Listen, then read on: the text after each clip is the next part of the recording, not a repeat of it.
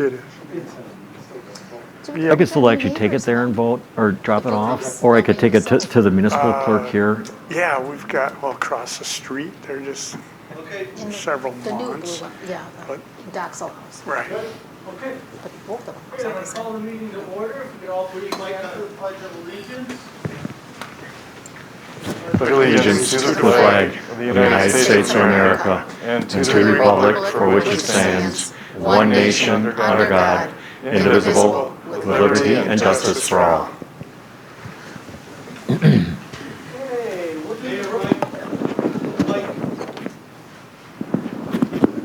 Okay, we'll do the roll call the old-fashioned way without Sally here. Let's go down the line and just say your name and say you're present. Bob Weiler, present. Ed Merrick, present. Dave Greenway, present. Jim Ryer, present. Dan Jashinsky, present. Laura Schultz, present. Tim Waker, present. Amy Barrows, present. Kent Atwell, present. Great, that was easy. Okay, City of Delafield are looking for a motion to approve the minutes from last meeting. Motion to approve the September 30th, 2020 Plan Commission meeting minutes as presented. Second, Jim Ryer. Ed. Perfect. Thank you. All in favor say aye. Aye. Opposed? Abstentions? Passes. Okay, we'll go on to item number 2, City of Delafield citizens' comments pertaining to subjects on the consent agenda. Any citizens' comments for items on the consent agenda? Seeing none, citizens' comments for the consent agenda are now closed. Okay, item number 3, consideration of the consent agenda. I move to approve the consent agenda as presented. This is Tim. Seconded by Dan. Excellent. Okay, any discussion? Seeing none, all in favor say aye. Aye. Opposed? Abstentions? Passes. Okay, so Michael Graff, Hendricks Commercial Properties, Provino Properties, Hendricks Commercial Properties. You're all approved and are free to go. Anybody not sure? Don't want you sitting here waiting for the whole meeting if you're allowed to leave. Okay. All right, item number 4, City of Delafield citizens' comments pertaining to items on or off the agenda. Any topic that a citizen would like to speak to tonight? Any topic you'd like to speak to tonight? Seeing none, citizens' comments are now closed. Move on to item number 5, unfinished business. Items recommended for discussion of possible action, we have none. 6, new business. 6A, DELC 0751.0192818 Nagawicca Avenue. Delafield owner applicant Lotus Homes and Realty. Applicant seeks approval to construct retaining walls within the side yard offset. Is the applicant here tonight? Yeah. Okay, if you could come on up to the microphone, please.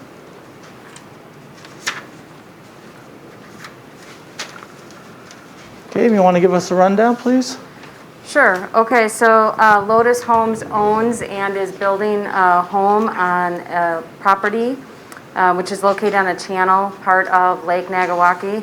The property is 11,760 square feet in size, and it's zoned RL2. So the property owner obtained a building permit from the building inspector and is in the middle of constructing a home and attached garage. I think they anticipate being completed by the end of the year, January of 2021. But as part of that home construction, the floor grades have required enough fill to the point where retaining walls really are necessary on the south lot line in order to prevent adverse drainage onto the adjacent property to the south and to hold up those grades for the driveway and sidewalk leading into the home. I will just find a little site plan here that shows the location of the walls are in a dashed dark line along the sidewalk that leads up to the front entry of the home. So the retaining walls will consist of 2 tiers. One of the walls will be 2.5 feet in height and 65 feet in length, and the upper wall will be 3 feet in height and 60 feet in length approximately. And the lower wall is approximately 37 inches off the lot line, which is pretty close to the lot line. However, we did have the engineer take a look at it, and it looks like there is enough space to construct a swale to keep the drainage off the adjacent property. The engineer would like to see, as the walls extend further from the home, they could actually probably be reduced in overall length and be veered a little bit further off the lot line to allow a bigger swale. And then the building inspector has recommended approval for the construction of the walls. The 37 inches will provide enough space for the owners in the future to maintain those walls on the subject property. They are being built to the manufacturer's specifications and appear to be fitting with the construction of the home and will match nicely with new construction. The applicant did reach out to the adjacent property owner to the south. I don't know if they're present here tonight, but they were notified of the meeting, and the applicant has been speaking to them. So we are recommending approval, subject to the drain tile outletting toward the channel and not the adjacent property, and that the city engineer review the swale to ensure it will function properly. And then all disturbed areas shall be restored and stabilized with proper erosion control matting. The engineer recommends class type V along the retaining wall and swale. And the walls will help stabilize that slope on the west and south sides of the property and prevent adverse drainage from entering the adjacent property to the south. Without the construction of the walls, quite frankly, they would have to change the grades of the home and how they have that driveway constructed. Could you pull up the picture? There's a really good picture of what the walls would look like. Yes. Are you talking about this one right here? Yeah, I think so. Let me try to zoom in a little bit. Yeah, there's one that shows actually the much wall. closer Right. up. It's not, Right, I think it's two down maybe. It's really close to that. right. One more. There you go. There it is. That's a Yeah. good one. That's on a different the one. home site, but that's, But it's kind of that idea. Yeah, That that's- shows how it's built. I think there was another one, though, that really gave a really good illustration. I think it was probably that one. Maybe not. Maybe it was that first one you went to. It'll be more that Yeah. gray color, right? Right, because it's like a staggered wall. There's two of them. They're staggered. Is that it? Two Yeah. tiered walls with, Yeah. they will be 5 feet apart, which apparently is enough space for sound construction, and if they want to put some kind of vegetation between the walls, they could do that. I guess my comment is, how do we get to this point? I don't like being in this position where a house is built and now we have to approve something. Was this discussed at the time of the building permit? Yes, it was. It was. I discussed it with Scott, and he had said, at the time that they issued a permit, the grading plan was proposed and submitted and approved, that we would. Can I ask you please to speak into the mic, and I also need your name and address, please. Yeah. Wendy Drago, is that okay for? Yeah, just speak into the mic so we can record it. My address is 2140 Old Lantern Circle. I live in Delafield. The building permit, when I submitted application for that, I submitted a grading plan that was prepared by a grading engineer, surveying engineer, and there was a discussion about how we were going to be able to make the transition on the front walkway and that front porch area based on a retaining wall. Okay, So- that answers my question then.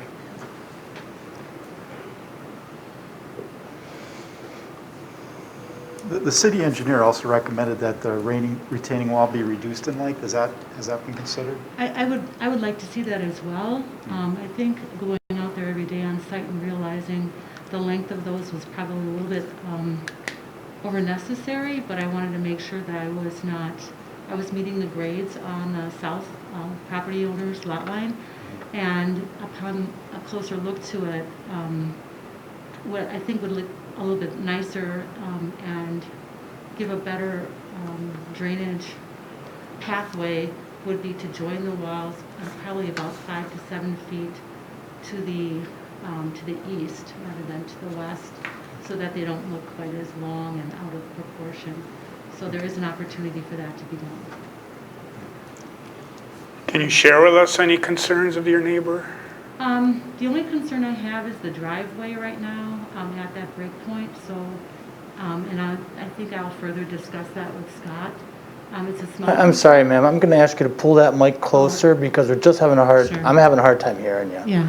The only other thing I'd probably want to address with Scott before we complete the design for the drainage would be to make sure that the driveway also drains properly from the north to the south and then attaches to the drain tile system. But that would be something that would be easy to be done, just to ensure that we're covering all of the drainage to go properly to the east.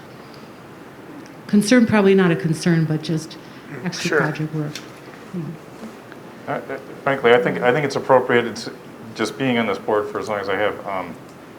It's pretty common for us to hear after the fact long-term issues with new construction, and it wasn't like this before the house was built when we get runoff going into a neighbor's property.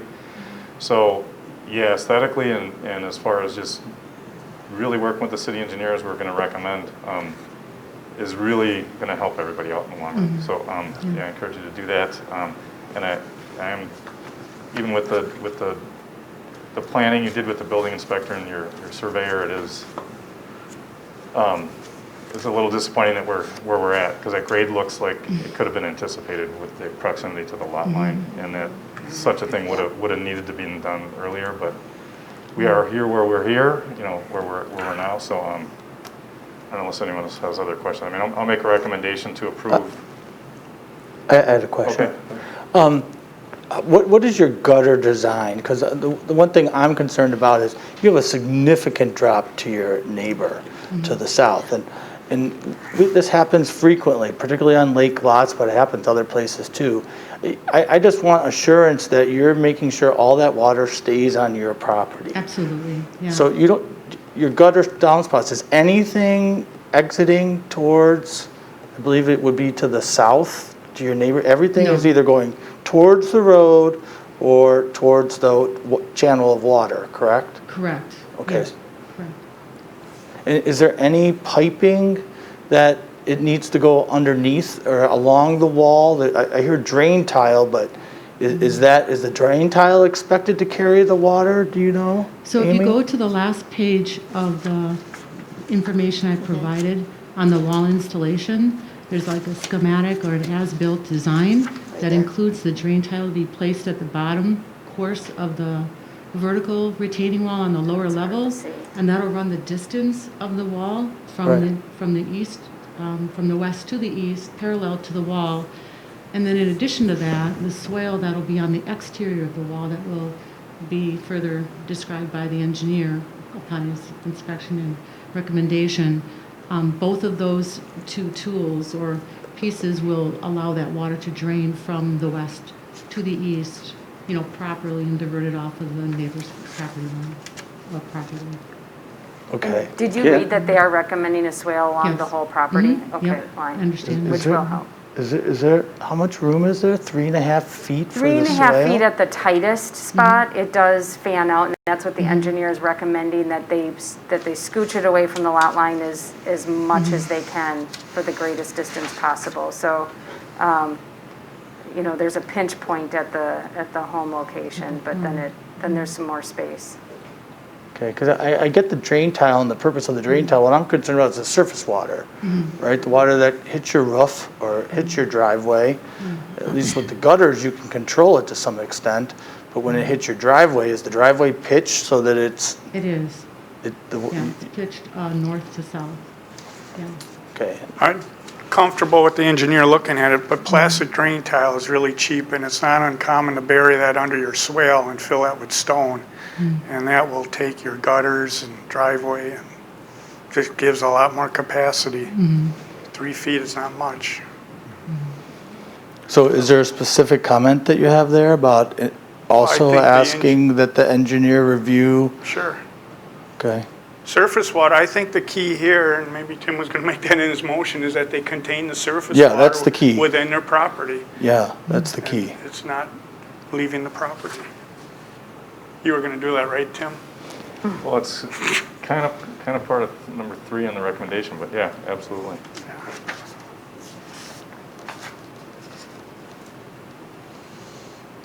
Anybody else have questions? No. I'll second. Well, I'll make a recommendation that we approve the plan contingent upon, for the retaining wall, contingent upon the drain tile outletting toward the channel and not the adjacent property. The city engineer, working with the city engineer to review the swale and ensure that it will work to function properly and contain the surface water on the subject property, and that all disturbed areas will be restored and stabilized with proper erosion control matting. And that's it. Second. Okay, any discussion? Hearing none, all in favor say aye. Aye. Opposed? Abstentions? Passes. Great, thank you very much. Good luck with that. Okay, we'll go on to 6B, DLC 807.987.005, 3558 Hillside Drive, DLC 0807.982.004, unknown address on Kettle Drive, Delafield, owner Eisler Investments LLC, applicant Norman Hanson. Norm, are you here? Come on up, please. Applicant seeks approval to schedule a public hearing for conditional use and approval of a business plan of operation, site plan review and appearance, and certified survey map to accommodate the expansion of a parking lot occupied by Grace Church. I'll let Amy go first. Okay, so the applicant or the property owner owns two adjacent properties. One has access off a Hillside Drive. It's the property I think most commonly known as Hotsy. It has the Hotsy cleaning supplies. And then it also has Grace Church occupying the east portion of the property, and then there's also a dance studio. The property owner also owns the adjacent property, which is orange on the screen. Both properties are zoned M1 limited industrial, and they are in the planned mixed use category in the land use plan. So I don't want to overcomplicate this, but the building has a business plan of operation was issued for Grace Church several years ago. When Barkin' Up came in recently for the doggy daycare center that you approved just a few months ago, which is to the southwest, they had been talking to the property owners about paving the parking lot on this adjacent property to the south. As part of that, it was determined that the parking lot on this property in orange was never approved. So we talked to the applicants about how they need to go through the proper process to get the parking approved, and then when it is paved, make sure that the parking stalls are spaced or marked appropriately. Then as part of that, that would normally require a site plan and review approval along with an amendment to the conditional use for a church, because all churches in the M1 district require a conditional use. But when they did get the business plan of operation for the church, they never got a conditional use. So right now, this is a good time to clean up the property. So they are proposing a conditional use permit for the church. Just keep in mind that the Plan Commission did approve a business plan of operation. They've been operating for many years. They are amending their business plan of operation slightly, changing the hours of operation. And then they are proposing a site plan and appearance review for the parking. And then because the parking is on a lot without a principal structure, they need to combine the two lots into a single parcel so that the parking goes with the property. So a couple of just quick notes that I'll mention. The parking as they have it proposed does comply with the standards of the ordinance. The nice thing is now they will comply with the ordinance standards, whereas previously they actually did have inadequate parking, which is probably why they constructed a gravel parking lot in the first place. The stormwater management is also should work quite well because as part of Barkin' Up, they made some drainage improvements already that extended onto the property. And then as part of this parking lot construction, they will actually be removing a little impervious surface in that gravel area, and then they will grade it so that the parking lot drains into a swale on the east property line, which then dumps into a stormwater facility between the building to the north and the building to the between the Hotsy and Grace Church building and the property building to the east. There's a stormwater facility. So the engineers did review stormwater management, and they do accept the plans as proposed. Because that gravel parking lot's been there for quite a while, they're not requiring a stormwater management plan, but they will review erosion control as part of the project. They are proposing some trees on the south side of the parking lot and the, let's see here, the northeast corner of the parking lot, which is viewed from the adjacent property to the northeast. Other than that, it's a little hard to screen this parking area because they do have the swale on the east lot, and then they run into existing pavement on the north and west sides of the property. And if you've been out there, this is kind of sandwiched in between other industrial properties as is. They're not proposing any changes to the lighting, and I guess that's one thing you might want to look at. They have a light pole that's shown on the plan in between the existing lot and this lot, but it does face the existing parking lot. And so from what I could tell visiting the property, I don't believe there will be any lighting that actually shines on this lot. So if you have evening hours of operation, if they ever have special events at night, I think that's something you might want to consider because you are kind of tucked in the back of those properties. They are not proposing any changes to the signage. We did review the certified survey map combining the lots, and everything looks good with the exception of some minor surveying comments that can be addressed before that would go to Common Council. And I believe, I guess for business plan of operation purposes, they've got 3 full-time and 2 part-time employees with hours of operation from 8 to 10 Monday through Friday, 7 to 10 on Sunday. Those hours of operation during the week are really for I mean, their big operation is their service once a week. The other hours would be for extra activities. Hours of delivery and hours of garbage pickup are also the same as the hours of operation. So with that, I would recommend that you schedule a public hearing for the conditional use on November 18th and consider the other elements, the business plan of operation, certified survey map, and site plan as part of that conditional use public hearing, because you can't really get approval for the other elements without the CU. I have one question. On the lighting, did you hear what Amy said about the lighting for the nighttime? Do you have any issues with regard to security without having enough sufficient lighting at night? Because you're open till what, 10 at night? Well, it's possible to be open until 10 at night, but most of those cases, it would be, people would be parking up near the building in that area. I don't foresee having a large attendance where people would be parking out in the proposed new parking area.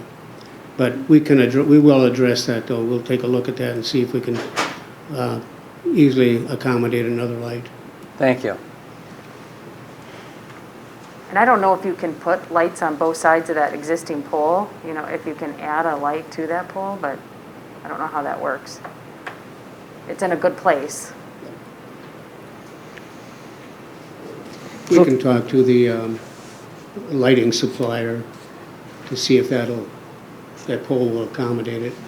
Or, I mean, if we have to erect another pole because that one's inadequate to satisfy the concerns, we can do that. Amy, what drawing shows the best view of whatever landscaping that they're putting on here? It's this drawing. They are proposing 4 Black Hill spruces, and then I believe, or the 4 Black Hill spruces on the south side of the parking lot, and then I believe the 2 in the northeast corner are also Black Hill spruce. That's correct. And they believe they chose that species. It's also what is on the Barkin' Up property in several locations, so they were just trying to kind of match that feel. Yeah, because they have very nice landscaping on the front of the Hotsy building. Are there any? Is there any mulch going in there? Or are those just trees in the grass? Or Which area are you referring to, sir? Well, where you, It's right here, well, In everywhere. that area, there's a lot of vegetation and grass there already. There are some, I wouldn't call them quality trees, but they're trees that just came up naturally over the years. So there is a lot of vegetation there. There is some asphaltic pavement that'll be removed, but that'll be reseeded with grass. Where's the access point to the parking lot? Oh, yeah, so they access the parking lot, they can access it through two ways. One, Hillside Drive, which is through the Grace Church parking lot. But they do use the adjacent property to the west, Barkin Up. And I don't believe you ever formalized an easement agreement, is that correct, Norm? No, there is a formal agreement. Okay. We So- did find all the documents on that. Okay, so if there is, then that needs to be on this, make sure that that's shown on the CSM? That's correct. That'll be, Okay. I'll get that over to Mr. Hilmer, the surveyor, to get that on there. Okay, so we've been talking about that they can either continue to use that as a secondary access point with an easement if Barkin Up ever were, if they were ever to say they're not going to use that anymore. They do have frontage on Kettle, is it Kettle Drive or Kettle? Yeah, that part's still Kettle Drive. It's a little steep right there, but it is a possibility to get access through there, and they have the church. I think it's just nice to have two ways. Yep. I'd just ask you to consider maybe upgrading the landscaping a little bit. Try to make it a little bit close, your front is very good. If maybe just a little bit of improvement there with a bed or something. A focal point maybe on the corner. Something to consider. We can take a look at that, sir. Okay, any other questions for the applicant? Otherwise, we're looking for a motion to schedule a public hearing on November 18th. Yeah, I'll make a motion to schedule a public hearing for conditional use on November 18th. Second. Okay, is there any discussion? That was Robert and Ed, right? Thank you. Just for Sally. All right. I'll just say thanks for working through all these different things. It's a lot of hoops you're jumping through, and we appreciate your patience and working with staff on that. I know it's time consuming. I thank the staff and Plan Commission for all your help. Thank you much. You're welcome. Great. Okay, all in favor say aye. Aye. Opposed? Abstentions? Passes. Thank you.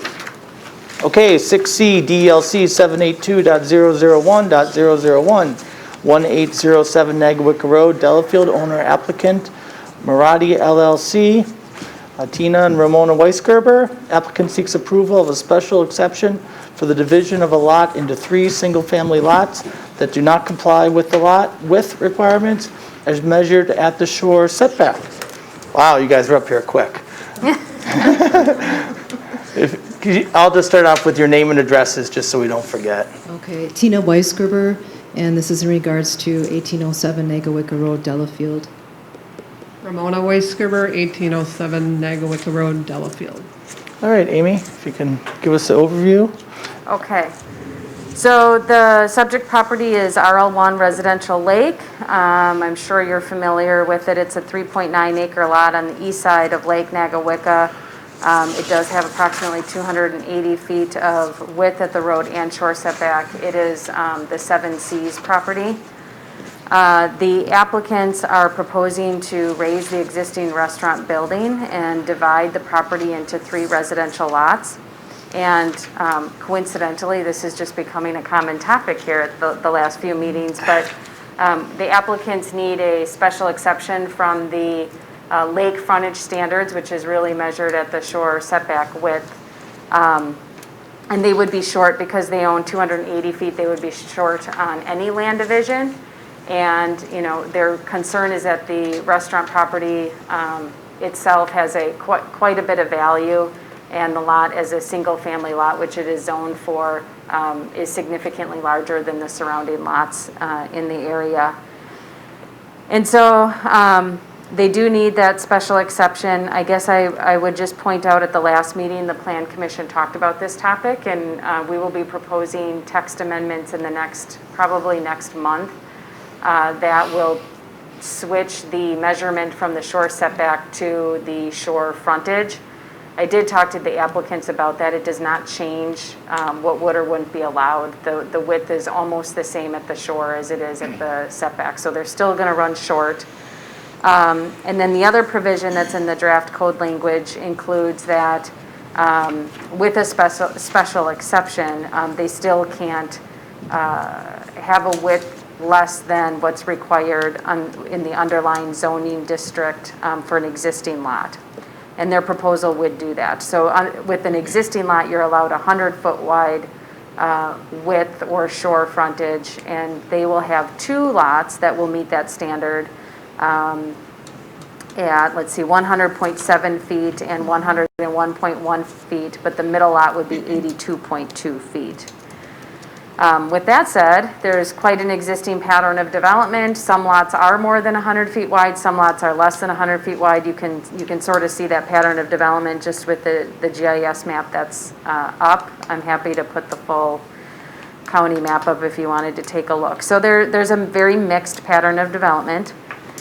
So as far as a recommendation, I do feel that the use of the property, so what we had previously talked to the applicants about was dividing it into 2 lots, that would, have significantly less adverse impacts compared to what's out there now. I mean, granted, the restaurant use is very valuable to the city and the environment, but it would, result in reduction of traffic and reduction in the parking lot impervious surfaces, the live music and nuisance related to events, and then a significant reduction in the lakeshore piers and boat traffic. So in any case, there would be a significant reduction in impacts to the lake and surrounding neighbors.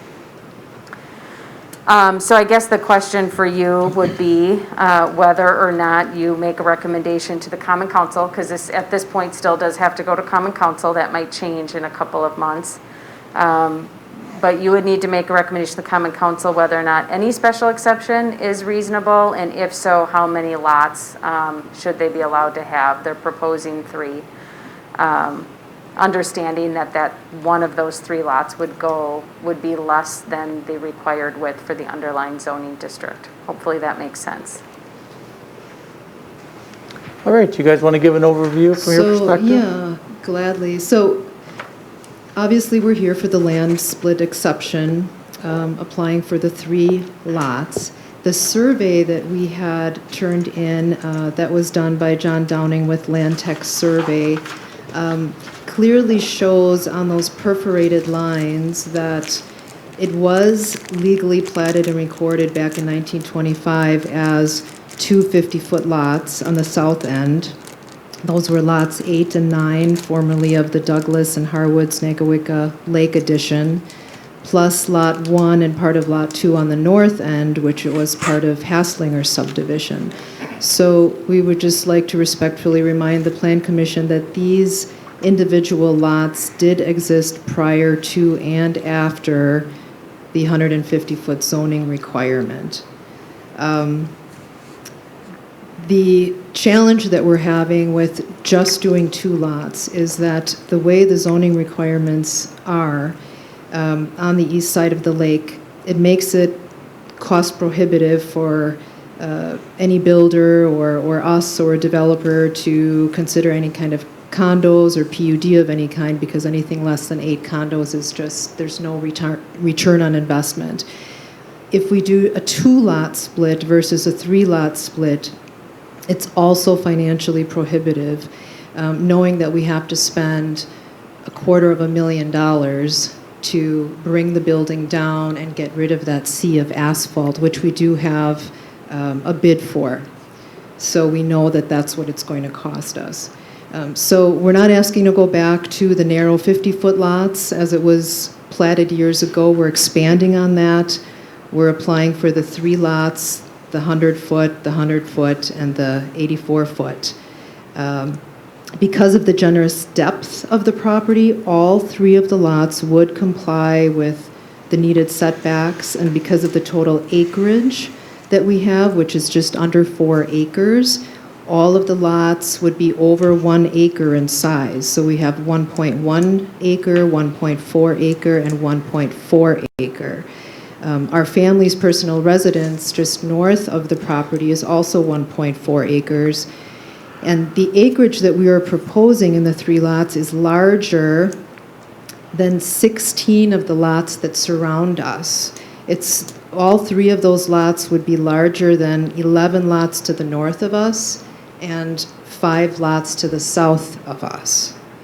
And in regards to the lake frontage, we'd like to point out that the 3 land split would also have more lake frontage than the 2 lots that are directly to the north of us. Those are 66 feet each, and more frontage than the 2 lots that are directly to the south of us, which are 59 and 60 feet. So creating the 3 land split makes this part of the East Shore much more consistent with what's around us and already exists to the left and to the right of us. So we're encouraging harmony within the neighborhood with the scale and the architecture of the 3 buildable lake lots. And we would just like to reiterate that we're greatly, like Amy had said, lessening the density impact by going from business use back to the conforming residential use with the 3 family lots. We're a very large capacity restaurant, as everybody knows, a big banquet venue. We serve over 1,000 people every weekend during high season. So there's all kinds of live music, outdoor events, fireworks, wedding ceremonies, fish boils, traffic, endless traffic of hundreds of cars coming and going. And with this proposed land split, it's benefiting the surrounding area. It's much more less invasive. It's to scale with the current homes that are already in the neighborhood, and it's keeping with the spirit of the zoning and what the zoning is trying to accomplish. It just makes sense logistically, financially, aesthetically, and not to mention the value of the neighboring properties. Mona did go around. She spoke to many of our neighbors who are guests that come in. They're saddened to see the restaurant go, of course, lifestyle-wise, but they also realize that by putting 3 single-family lots there, the value of their properties is going to significantly increase. So many of them are in favor of it, even though they're, not happy to see the restaurant go. So we'd like the best for the community, and we really hope that the commission would consider the 3 land lot split, and that's all I have. Yeah, I would just quickly add, being there for almost 40 years and supporting the city and community and local organizations, we just don't feel that it's right to be put into this 150-foot requirement. We ask for a compromise because we are surrounded by those smaller lots. And as Tina said, I have spoken to a lot of our neighbors in the area, and they are really in support of us doing 3 beautiful residential lots in their area. Amy, I have a question of you. So the determination was made that this is an existing lot related to the 100 feet as opposed to a new lot related to 150 feet. 100 feet for an existing and 100 feet for a new. Is that right? Well, so they're proposing 3, it's going to be considered 3 new lots, which would have to normally meet the 150-foot requirement. What I'm just trying to explain is that 2 of the lots would meet the requirement if they were existing lots of record, which would be 100 feet. So when we talked last month, we talked about how when somebody proposes a special exception, in the future there's going to be more specific standards, and one of the standards is that they not go below that lot width for an existing lot. So they are being considered 3 new lots. To Tina's point, when you look at this as one big parcel, it was previously platted as 3 lots, 2 50-foot wide lots and part of a larger lot. It's complicated. This end of the side of the lake has been divided up many different ways from the original platting, so it's, this is part of 2 separate subdivisions, actually. Well, in part, the reason I asked that question is just so we have the same playing field here. It's 100 feet, not 150 feet. But the 150 feet would relate to a new lot, and we're defining this as not a new lot, but an existing lot. Is that New right? lots. New We're lots, defining yeah. it as New new lots. lots. 3 will be 3 new lots, 3 new lots. so it should be 150. So it should be 150 is what I'm Yes. saying. Yeah. Yes. And Yes. so we're, part of the compromise here that they're seeking is to bring it down to 100 feet as an existing Well, lot. one of them's 80. Right, so we're getting 2 compromises, They're down si- to 100 and less. Yeah. They're 6.5 feet short each, right? I mean, technically, that's not. But I'm just Well, trying to, so we one's define the 80.4, terms that the we're others dealing are with here. 100. That's more than, So when Land Tech was out there, it came out to 284 feet total. And they're very deep, and there's a lot of acreage there. And we're flanked by small lots all around us. these 50-foot lots that you're talking about, they're no longer in existence, right? This is all one piece of there. land right now. They're What? there, they're No, they're there. there. Yeah, It's been plotted. So there's different, There's 2 50-foot lots there now. It's I'm shown not by the sure where it is. perforated line on the survey that we had sent in. So that's the GIS map, but the Okay. survey that was done by Do you have the Land Tech- map that she's referring to, Amy, on your? So you have Yeah, I guess I 4 could go to a separate different. tax bills in for these separate lots. Did- That's what I'm think trying to so. get to No, is. I don't no, think so. that was platted, that was proposed to be platted in the 1920s. 1920. To have 2 50-foot lots on the south end. Okay, So but they'll- Yeah, I almost they like the aren't in GIS map. existence. No. then. The Okay, land's that's there. where I'm going, because I'm trying to figure this out. Are they in existence now, or was that back in the 30s? Okay, so we've got one huge chunk of land right now, Yes. and they want to split it 3 Into 3. ways. As I understand, a special exception, and I have checked with other municipalities around us, they usually don't use special exceptions in residential areas. It's mostly in business areas. And because we don't have any specifics on this, and we're talking about, I would prefer to see the ordinance amended to come close to what they want, rather than do a special exception that's going to follow the deed. Yeah, I mean, with a special exception, the city has the ability to define and use a special exception the way you want to, and this is how you're choosing to use it. I've seen it both ways, used on residential and business properties. Oftentimes waivers and exceptions are commonly used on more business properties. So right now, I think the way the ordinance reads, a special exception is a valid process for them to go through. Well, for me, I would prefer to alter the text in the ordinance then, and try to come a little bit closer, because yes, it's a lake property, and a lot of the lake property lots are narrow. What we're talking about, going from ground zero and giving exceptions to property that doesn't have homes on it right now. If it had a home on it, and somebody wanted to rebuild part of it or add on, that would be completely different.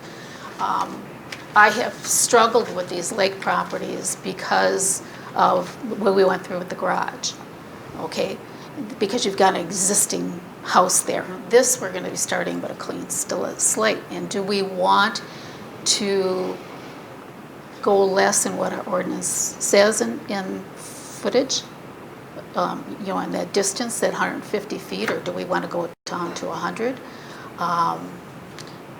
It's a real struggle for me. But even if we I go have down to really 100, understand. there's still a lot Still that's one. 80 Yeah, feet. yeah. So regardless, As big as it is, I would prefer they just put 2 houses out towards the road and 2 houses out towards the lake, and put a road in between and service all of them.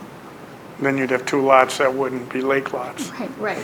That's an issue. And that is, I mean, we kind of played with different ideas. It gets very Yeah, we did. complicated. I'll just say Yeah. that gets pretty complicated. It does. So I've got 3 concerns. One is that you're doing this to begin with. I mean, I'm sure it's a sad day to have to think about chopping up the restaurant. Yeah. I mean, just the idea of getting a quote to demo your family business has got to be tough. So that's the first thing, and it's going to be missed, obviously, for the community.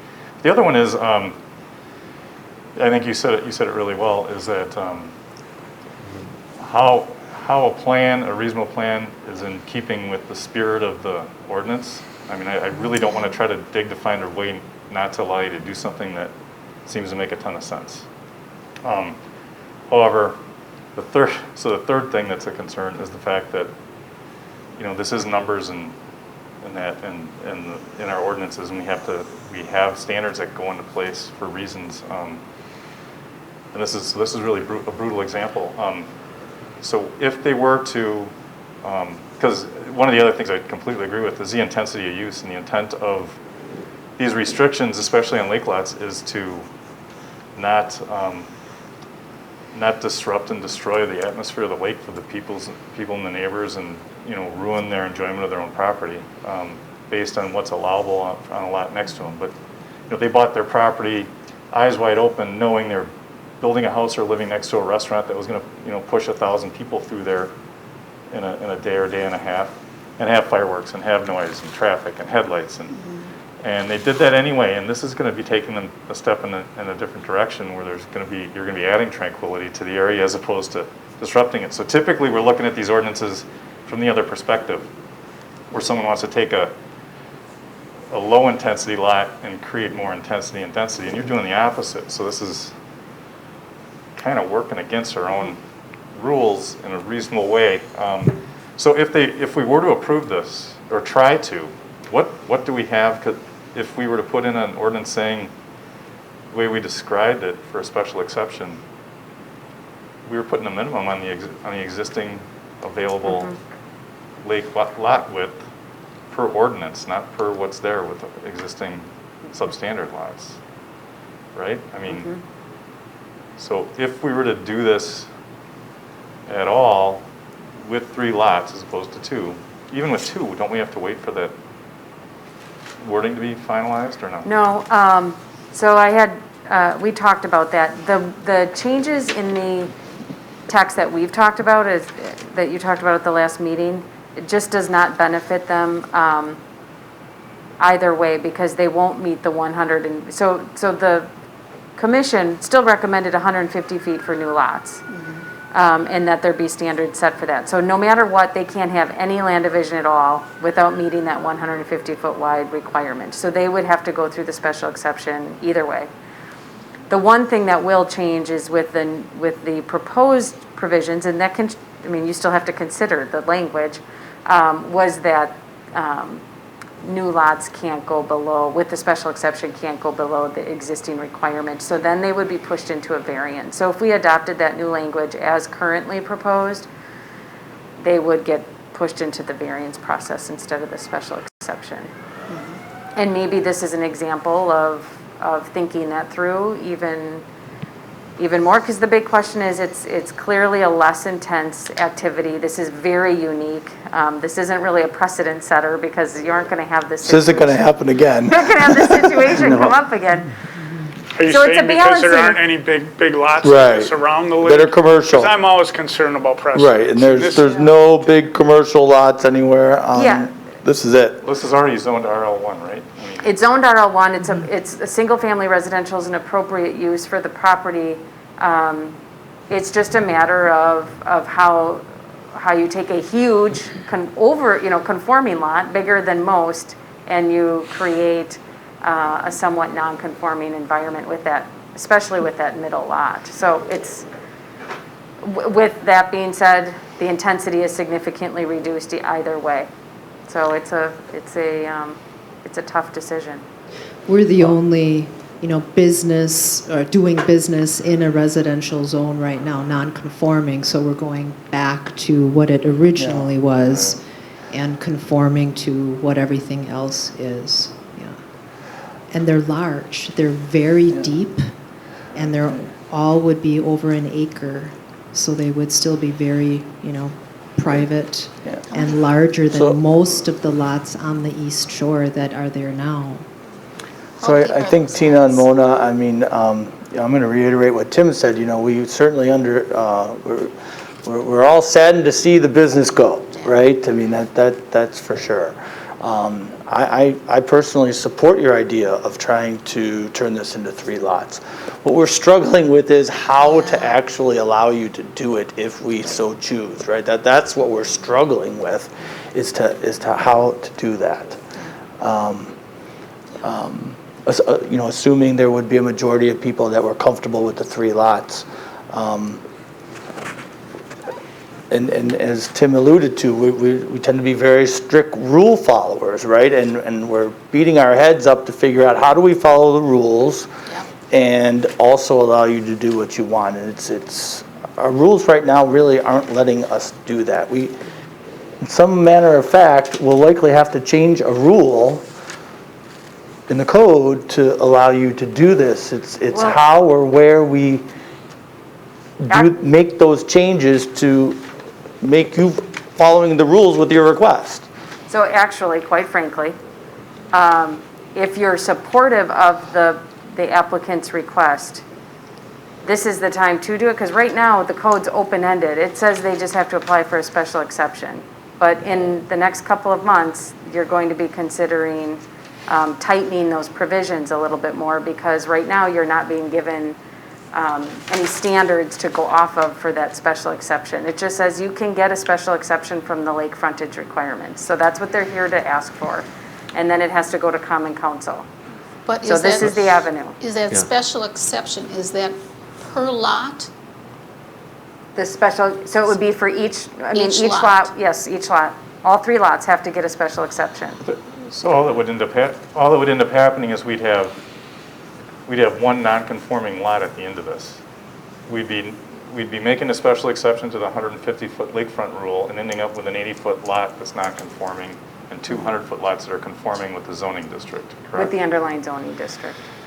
All right. Underlying. And so as far as the spirit, I don't think this violates our intent of what we talked about last meeting at all, because we're really thinking in terms of intensity of use, and I was at least, density and intensity of use, and this is taking it in a different it's taking it in the opposite direction as far as the impact on neighboring properties and the value of their property and the value of the subject property as well. So I would be open to thinking that the proposed special exception rule we're putting in place would have an exception to the exception or something saying must comply with the underlying residential lot zoning lake width unless a clear demonstration that the resulting division is going to result in a lower intensity of use or lower density of occupancy. I was just kind of thinking the same thing. The fact that they are taking a very significant non-conforming use and turning it into a conforming use, which matches the entire, the rest of the area along that entire shore frontage, is pretty significant. So I would think we could add something to your point about the intensity or making a use. This is bringing that topic into this discussion, but it's related. Because I don't know all the lots on the lake as well as some, but wouldn't it be conceivable that somebody might have money to burn and buy maybe some condos or something and want to turn them into 3 lots instead of 16 condos or something? I don't know where we'd have that situation on the lake. So I'm sorry, say that again? I'm just saying, wouldn't it be conceivable at some point someone might want to buy some older structures or older buildings that might be consolidated with one use, as like condos, let's say, that might exist on the lake, and say, I want to divide this into 3 single-family homes instead of 16 residents with access to the lake, and I want to do the same thing as this: lower the intensity, lower the density, but create a non-conforming. You know what I mean? Why would we stand in the way of something like that? I'm thinking consistency long term, but I don't know. I get what they're trying to do. Amy? Yes. This is Jim Ryer, Sally. I'm trying to look at it from a procedural standpoint, and I totally agree on the merits and the equities of what you're describing. And I'm trying, like everybody here at the commission, is trying to put a round peg in a square hole, for lack of a better term.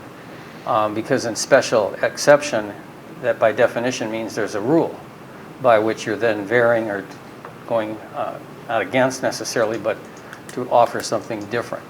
And what we did at the minutes of the last meeting when we discussed special exceptions versus zoning, Board of Appeals, that kind of process where you get a variance and you have to show some hardship on that issue maybe. Here, there's a discretion that we have.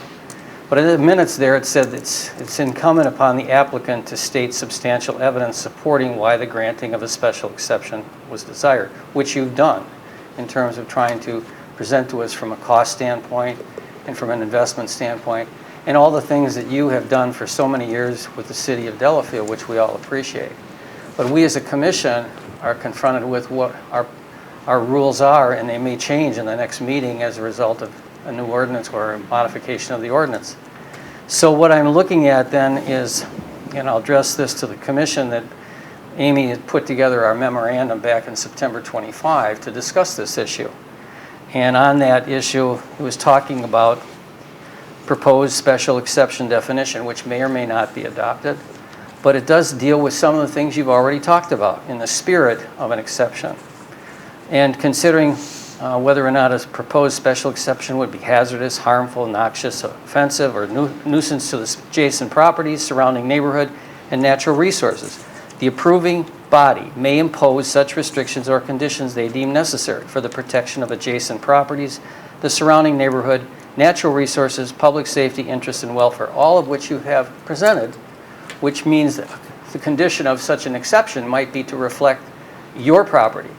Your property may be instructive to us in forming the special exception ordinance in the future. So ironically, as opposed to you coming to get with an special exception, it's also presenting us with an illustration of how it can result fairly or unfairly to the applicant. And so the bottom line discussion here is that I'm looking at what we have to deal with, and on another memorandum that Amy did, and I really value Amy's help in the process, and it all should benefit you as a property owner as well as a commission. And Amy's presentation in the memo that she did for us as special exception really addressed how it affects the neighboring property owners, natural resources of the lake, similar things that I talked about, wildlife quality, aquatic habitat, and the proposal does not impact pier and navigation rights of adjoining riparian properties. This is the words, the last sentence. The lot width shall not be reduced below the required lot width of the underlying zoning district. And that's what we're kind of confronted with here. And so I think in the spirit of what you have demonstrated and presented to us and how we respect what you and Seven Seas and the Weisberger family have done over the years cannot be understated. And so we're just fraught with this process of figuring out how, again, to put a round peg in a square hole. And since it is the only commercial property having a restaurant on the lake, and it doesn't anticipate we're going to have another Seven Seas and call it 14 Seas in the future, this may be a very unique situation, so there can't be necessarily precedent upon which we base a decision that could be unfair to somebody else in the future. So I just wanted to discuss that with you so you understand what we're trying to do, and as far as the commission is concerned, to go from 150 to 100 and then even below 100 for the one lot is more than just one exception. It's really kind of 2+. But that doesn't mean it's not the right thing to do. And I think we have to, as a commission, do the right thing. We have some discretion here, even though the ordinance is here the way it's set up. And as Amy's memorandum pointed out, that this 150-foot requirement was been, I believe, in 2015, I think it was passed. But that's, that's where we are. But Okay. I'm favorable to all the things you've said. It's what can we do to make it work right. Okay. Any other commissioners, Quick please? question. Jim is Is there any, taking his fill. His time has been allotted. looking at the overall width, you have 280 feet plus, give or take. Is there any benefit by just dividing it 3 equal ways? But this way you're gaining something on that center lot. For Then me, you have myself, three I look at it and say non-conforming lots. 100, 180. well, why can't you just borrow a little bit and say 93, 93, 93, you know? And now in some ways, it simplifies it in the way we're looking at it. I don't know if you looked into that, if it's possible, is there a benefit, what? Those will be 3 non-conforming lots. Yeah, that I understand. Okay. But it's only by 7, you know, let's say now it equalizes that. We did discuss that, Ed, with John, who's actually very bright from the survey company. You know, how shall we divide this and what would make the most sense? Just aesthetically speaking, and to the neighbors, and because we are flanked by those tiny little lots, the 50-foot lots and then the 60-foot lots, we thought by putting the bigger lots flanking with the smaller lot in between, it would be more aesthetically pleasing, and it would be easier for a builder to come in and design 3 homes that complement each other in that respect. What is the effect on that, of a future home on that non-conforming lot? They It's just, should- it still has to meet the setbacks Yeah. and everything. Oh, yeah, for It sure. should be able to meet all of the regular zoning requirements. We're really just stuck with this added width for new lots. You know, even the 100 to 83 feet, they still have, they should still have ample space to comply with the requirements. Or that could even be one of the conditions, is that they still have to meet the ordinance. I mean, maybe this is too simple, but did we just change that line in the code? Unless you're converting a commercial use to a residential use? Could it be that simple? I kind of like, I mean, I like Tim's comment about a less intense use, because I think the whole idea of a potential multifamily condominium complex to a couple of single-family lots is a viable possibility in And the we got future. condos Could on be the 20, north 30 end of the years, lake. but Yeah. Question, if we amend the ordinance to 100 feet, then those 2 larger lots that flank, those would be within the ordinance then, right? So we would only need a special exception then for the smaller of the 3 lots. if you reduce the number, that we didn't we discuss didn't- that at the yeah. last Yeah. meeting. We're leaving the 150 staying. Right, So we're no leaving matter what, if you 150, go we're below just giving a 150 reason why you could be less, Why are we right? A stuck less at- intense why- use. Explain to me why we're stuck at 150, because it Well, that's seems because to what me- it says right now. There's no reason to change it. It's a new lot. There's no reason to change it, and if you're Or gonna new. go lower, you get you apply for a special exception.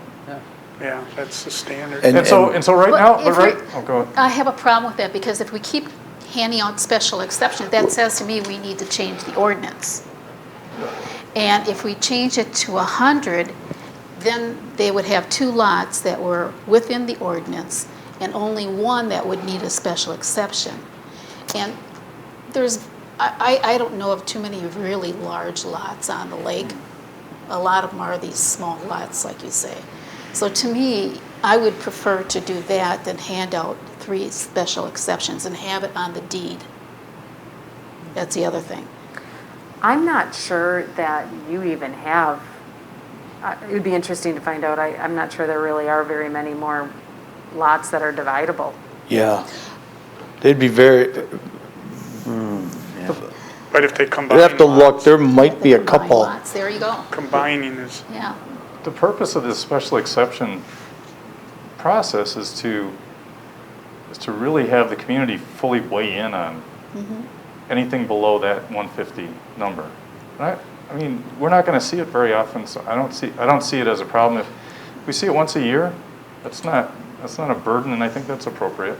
You know, that's just But my and if we qualified for a less intense use, that's going to really limit it. right. But and It's going to be so awfully hard to demonstrate how you meet that criteria of a less intense use. so right now, are we struggling with the conflict of what we're about to do with the law change? Because right now we can go through the special exception process because this law with the 100-foot minimum doesn't exist. That's correct. So what we'd be doing with the law in the future, with the update that's been on the table, we're essentially closing the door behind this, kind of. But, I mean, I'd struggle with doing that if this wasn't in harmony with what our intent is, and it totally is. So, you know what I mean? So we can approve this as presented, and I like what Ed said about making sure those lot delineation lines aren't simply to limit the the non-conforming lots to one lot. If there's a berm or two just beautiful trees you could work around to make the 184 feet and the 194 feet and the 115 feet, whatever. I mean, it looks like one of the lots on the south end is keeping all the structures in the frame, which I think that could be one of the intents of that on the plot drawing. But you know, if there's, it makes sense though, I mean, to me. So anyway, I don't have a conflict with the fact that the spirit of the law that we're putting in place is to control against unwanted increased density and intensity of use on the lake. I think we're doing the right thing. I appreciate their honesty in that as far as what they're trying to do, and this seems like a reasonable thing to move forward, in my opinion. Ed or Bob, any comments? Do we need any language, or what are you looking for us to do right now? Are you proposing language for? So right now, the applicants, I mean, they moved ahead of the text amendment, so I guess I wouldn't worry so much about the text amendments. What's really helpful is seeing real live examples. I think it helps make sure that is well vetted. But they are proposing a special exception. The Plan Commission needs to make a recommendation to Common Council, and it needs to go to Common Council. They also need to submit their certified survey map to divide the parcels, which they're in the process of drafting. So they're looking for a recommendation to Common Council for the special exception on all 3 lots. So we're not talking about changing ordinance right now? No. Language around that, okay. So you're saying that the code would allow us, as written today, to approve and recommend to council a special exception for these 3 lots? That's correct.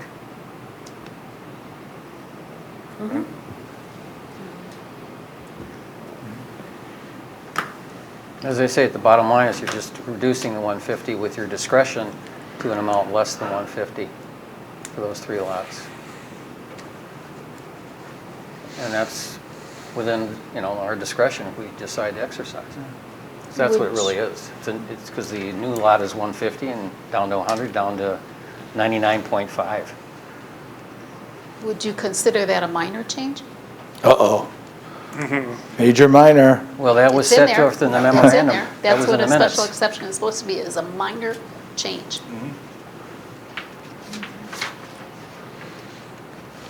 I think I typically wouldn't put much credence to it, but I think they're looking backwards at what some of the lot divisions were prior to this consolidation are somewhat relevant. I mean, it's 100 years old, but still, I mean, these were destined to be 50-foot lots in here. And they went a different direction back 80, 100, 40 years ago. And now we're going to be somewhere in the middle. So I'd say, I'd say minor, but that's why I don't think we use that term very often, really.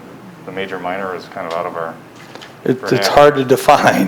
That's why we don't like it. Well, it was just put in the minutes from the last meeting, Yes. And specifically that. that is, when I researched special exception, that's what the meaning of it is a minor exception. If it's going to be major, then it has to be a variance.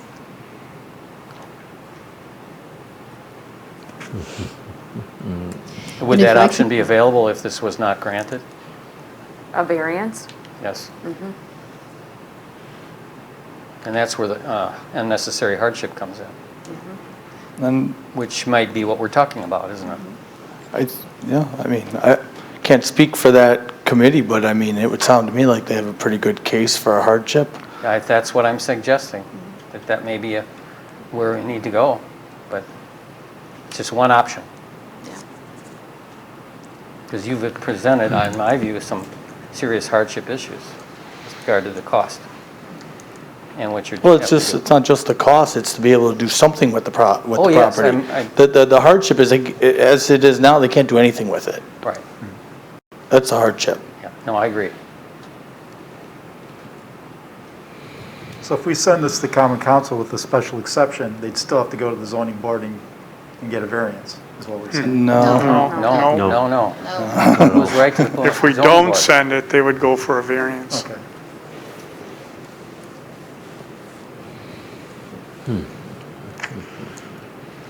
Well, I'm for sending it to the Common Council, is Bob Wiley.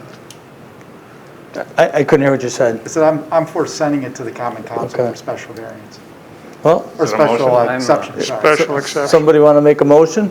I'll make a motion to send it for special exception to the common council, Bob Weiler. Amy, does he need any more wording?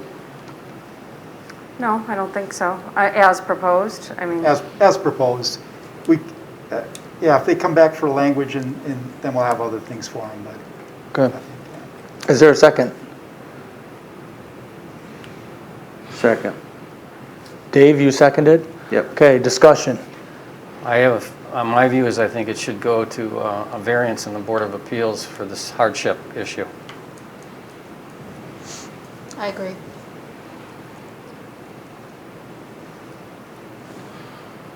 Yeah, I don't know, I think they'd be looking at they'd be looking at the same facts. And just how it applies to zoning and the powers. I mean, we're looking at the powers we have to grant a special exception with the full scope of what the intent of the zoning is. So, I mean, I think it's within our purview to do it.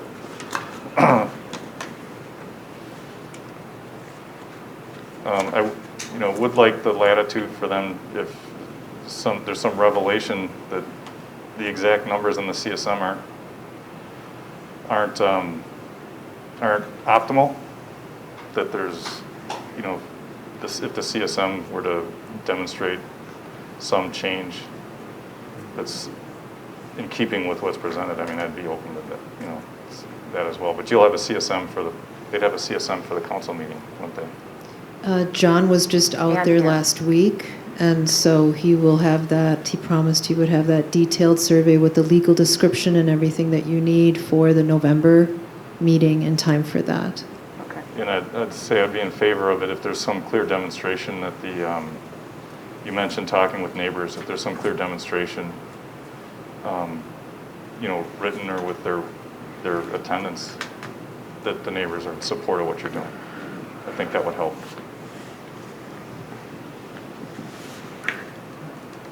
Okay.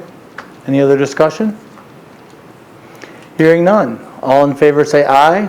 Aye. Opposed? Passes unanimously.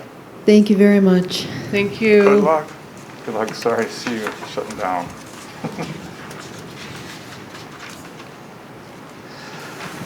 Okay, 6D, DLC 0737.995.001, 1800 Vettleson Road, Delafield, owner, Lake Country School District applicant, Kelly Hosley, Lake Country School PTO. Applicant seeks conceptual consideration to amend the text of the zoning ordinance in order to accommodate an electronic message system sign on the property. If you could please state your name and address. Sure, Kelly Hosley for Lake Country School, 1800 Vettleson, Heartland, Delafield, depending what you're looking at. Great.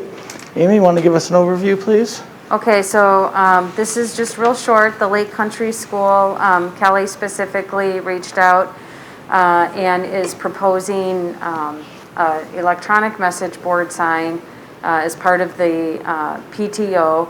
The property is 37 and a half acres in size. It's south of Vettleson Road. It's a public and institutional property as a school, obviously, but the ordinance only allows electronic message board signs in very specific areas as identified on the zoning map along, let's see, what are the highways? Along State Highway 83, 16, and 94.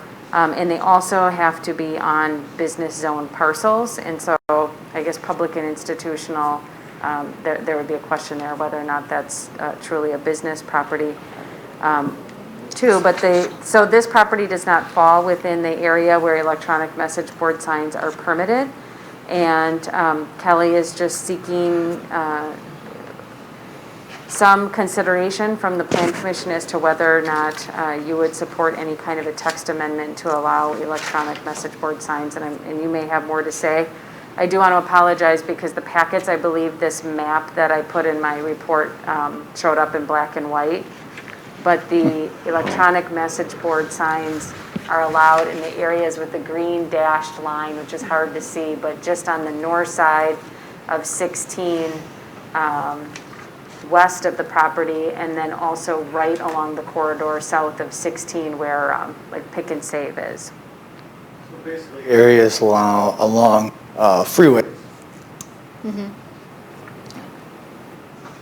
So the sign would not be visible by any of the adjacent properties. This is a pretty wide open. Correct. We're area. tucked back in. If you haven't been back there, we're just south of the railroad tracks. We are to the west of University Lake School, just a little bit west from where they just installed all of those solar panels, right near the railroad crossing, right there by Vettleson. So we're tucked in there. We don't really have any residential neighbors. There to the west of us, there are some apartment buildings right next to the fire station, just across from the Neshota Post Office. Tim, didn't we not talk about the possibility of schools with these?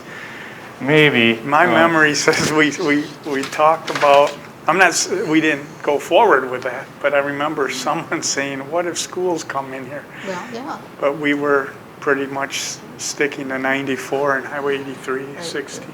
Yeah, and We just had the church come in here and we held them to the rule, and they're on 83, and we told them they weren't in an area that would allow it. I'm not sure how a church and a school are that much different. there's a couple things that I think that we're trying to accomplish with restricting them. One is the aesthetics of being where we are in the rural atmosphere and in residential atmosphere and things like that. And the other one that we really spent a lot of time, and now my family goes to the dentist that we put through the ringer. So hopefully I think we're gonna have to be here another 20 years for him to get his money back. But Wow, yeah. the other one is safety. I mean, as far as the frequency of change of the sign and people reading and distracting, get their eyes off the road on the expressway, especially with the type of accidents we had along there. I frequent this road a lot, and it's a 45-mile-an-hour speed limit, I think. Yes. And there's a 3-foot wide shoulder on both sides that's occupied by walkers, joggers, and cyclists all the time. And I'd be very, very reluctant to think that it's a good idea to have a scrolling message board or an electronic message sign, especially with the school entrance coming and going there. I don't see a big positive to the safety aspects of the road in doing it. I'd be very much against it for that particular reason. But that's just my thoughts on just the dynamics of that road, and thinking that this would be a unique spot for an exception or a change in the text amendment. That's just my viewpoint. My question. I struggled with it because I figured if we'd let them have it, what about Cushing School? And University Lake School. Yeah. Yeah, I know. We had such long discussions on Yeah. this for so many months. And we set with what we've got. I would have an issue too with changing that text. And we created the areas brought we the allowed DOT them, in. We brought and we left all the other areas where it was not allowed. And I remember going through that you went through a lot to Yeah, determine we had the DOT that. in here, and we Yeah. talked about that. I remember it because I was at those meetings. So I'm. What is it going to be a scrolling message board?